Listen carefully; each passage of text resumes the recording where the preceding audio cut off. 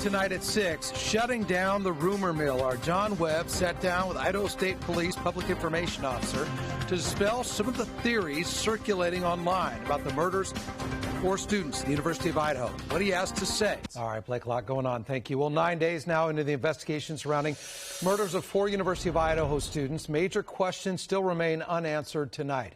It's led to a wide range of new rumors circulating online, speculation about what happened that night. John Webb sat down with Public Information Officer Aaron Snell, the Idaho State Police, to get a crystal clear outline of what is factual right now. Yeah, that's right, Sean. Certainly a lot of rumors and theories being spread online. In fact, just about 10 minutes ago, the Moscow Police Department clarifying that they have found no evidence to suggest that Kaylee had a stalker.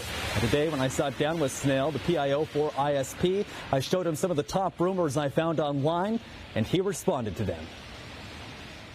So what we're going to do is we have a list of the theories that have been spreading around social media, and I'm going to read them to you, and you just tell me yes or no. We're going to debunk them right now, okay?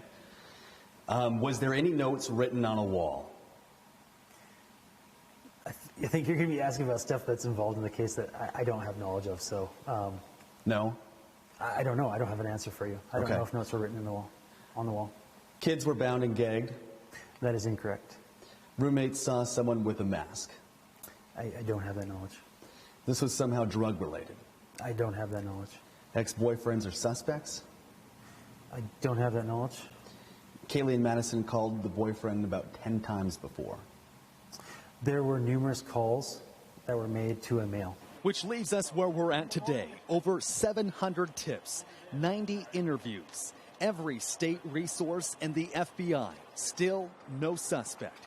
Snell tells me authorities are working hard on this case. These officers and troopers live in this community.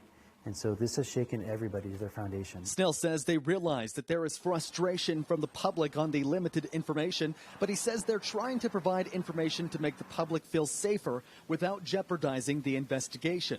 Tonight, with the suspect still on the loose, false and frightening information being circulated around online, and the lack of info, authorities continue to tell the public to remain vigilant. You know, locking doors, walking in pairs, knowing where your kids are going, where your spouse is going, knowing where you're going, being alert as you're out and about. I think in everyday life, those type of techniques should be used anyhow. And so, just being alert and aware of that, I think is important. It'll help hopefully provide a sense of security. And I asked Snell if any security footage in the area has been useful in the investigation. He says it has been. In fact, if you live in the area and you have surveillance, you're asked to submit that, even if you don't think it'll be useful. Live in Moscow tonight, John Webb, Nonstop Local. John, thank you. Also, Moscow police say reports of 2 women being chased by an unknown man on Blaine Street last night, they say are unfounded. Police say at least about 5 last night, a woman called 911, told dispatchers that a random man was in her car when she and her sister opened the door. Police say it happened in the 500 block of Blaine. That's where the report came from. Witnesses say they heard the woman screaming, ran to the scene to help, but told police they didn't see anyone. Another witness told the woman they did see someone chasing them, but they took off before speaking to police. Officers checked that area. They found a man matching the description who told officers he had only approached the women to help.